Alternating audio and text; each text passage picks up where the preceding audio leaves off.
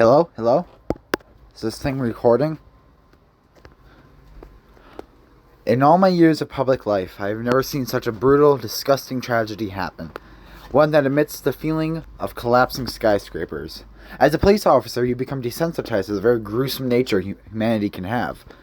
But nothing has disturbed me deeper than the Killigrue Collateral. That is the nickname of the tragedy, or at least that is the nickname in our police precinct. Or at least it was before I left. I resigned about a week after the murder, or more accurately, the slaughtering that took place.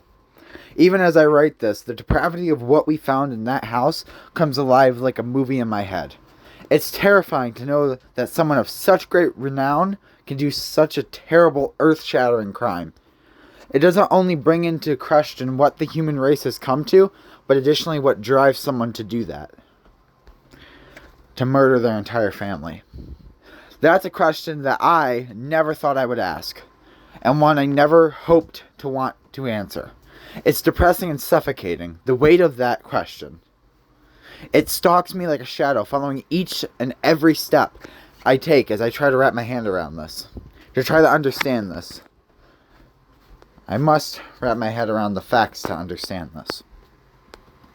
First, who was in the family? Ken and Jen were the two parents with two kids named Lika and Paul. First, Jen. She was a well-respected mother, the type of mother that would give her heart to save her child. She was a well-respected member of the community and couldn't hurt a fly. She had a troubled life growing up, as she had been hospitalized and in and out of group homes since the age of 6. Orphaned and alone, she eventually found Ken, her soon-to-be husband. She found everything she didn't have in him. Unfortunately, that led to her death. She never had a family, and was just thankful to have someone who deeply cared for her, because that's something she never had. So in a way, that's why she started a family. Lika was the oldest child, with a future as bright as the sun. She worked hard, and she didn't just get grades, she earned them. She earned every letter, every note, every recommendation, but the system didn't work in her favor, and she was denied a scholarship to college. This is one of the financial stressors that would burden the fire that corrupted Ken's heart. It's sad knowing what happened to her at Ken's hands. It's terrifying to know what happened in Ken's care.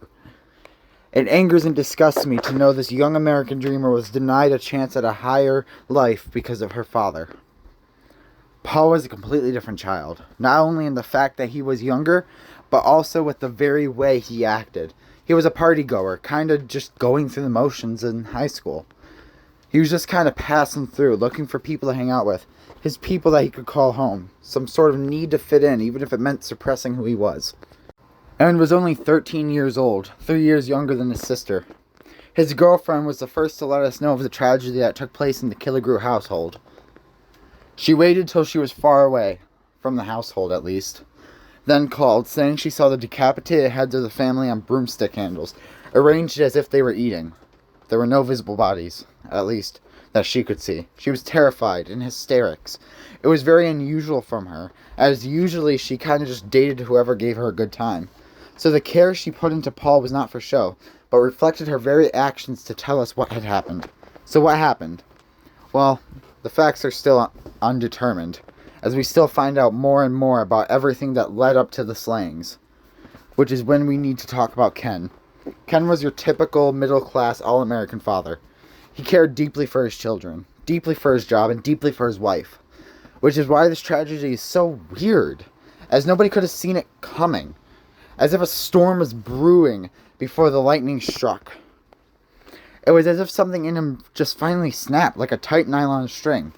This snapped string led to the slayings that not only made me quit, but destroyed a community and rippled across America. And seemingly there is no cause. He was doing everything he could for his children. If I had to make an educated guess, I have 3 reasons on why I think this happened. First, financial stress. Paul had been at a party and shattered his wrist, leaving them with major medical bills.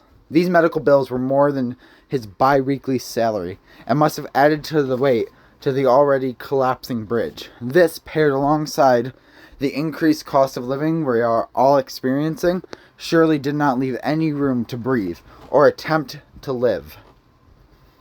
He must have been so deep into a survival state that it finally broke him down.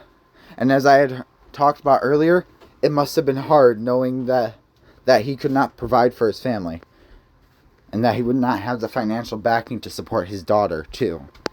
Personally, as a father, knowing that, or at least if I did know, that I could not do my best and provide for my children with the very best education or financial backing, or the things I never had, that would eventually break me. Stress me out to a certain point, but I would never, ever kill my family. So that's why I think it's one of the reasons, not the only reason, that he turned to such a heinous crime, destroying a family and community. The other being mental illness. I think there is something darker that was brewing deep within him. Something that inspired such depravity. It was known that Ken dealt with depression, or at least bouts of it, on an occasional basis. This, I believe, planted the seeds of mental illness, long before the catalyst sparked the flame that killed the entire family.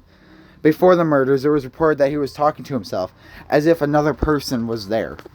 Later, he claimed he was talking to a voice in his head, which he named Watchy. It is no coincidence that this voice was named this, given that he had bought a golden watch before this. Which leads me to my third speculative reason on why he did what he did. Pride. One flaw of this respected member of the community is that he was prideful. He never accepted help. It was as if he couldn't accept that sometimes you can't do everything yourself. That seemed to eat away at him, as he kept trying to protect his wounded pride. He took his position as father very seriously, and never wanted to appear weak or needy. This must have also eaten away at him, and with the catalyst, it would turn into a symptom of a deeper illness. All of these together imploded, leading him to kill his entire family, which is now when we get into what we walked in on. Firstly, there is blood covering the walls. The house looked like that one scene from The Shining, as if to be an overture of the horrors we would see. The house smelled of death and was covered in guts that looked like they were sawn off with a knife. The heads of Paul, Lika, and Jen were rolling around on the floor, gutted and empty. There, we saw Orland, or who we thought was the original culprit, later finding out he's the one who called us. He explained that Ken admitted to not only doing it, but the troubled disarray he was in. He was mumbling to himself incoherently, rocking back and forth in the corner. At that time, I took a step outside, trying to come to some sort of sense of the blood path I had stumbled upon. It was horrifying, the type of event that reminds you what humanity is capable of when left to its own vices. Horror and depravity only scratch the surface of what happened in that household. Acts like this call into question the care and treatment of not only our neighbors, but ourselves as a race. I never thought in my lifetime that I would stumble upon such a heinous crime. It comes with this troubling realization that the major flaw that plagues humanity is apathy. That being the cans we kick down the road.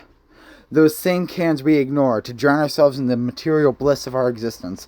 It takes a crime like this to remind us that we are more than just a passing thought in someone's day. It is the financial and political situations we find ourselves in that create such an act of violence. Such an act cannot be defined by human words, but can apparently be done by humans. In summary, we need to understand what plagues the middle class, to then solve the darkness that lurks and creeps behind us, the same one we ignore. It is acts like this that bring the ugliness of humanity to the forefront and begs us to make a difference.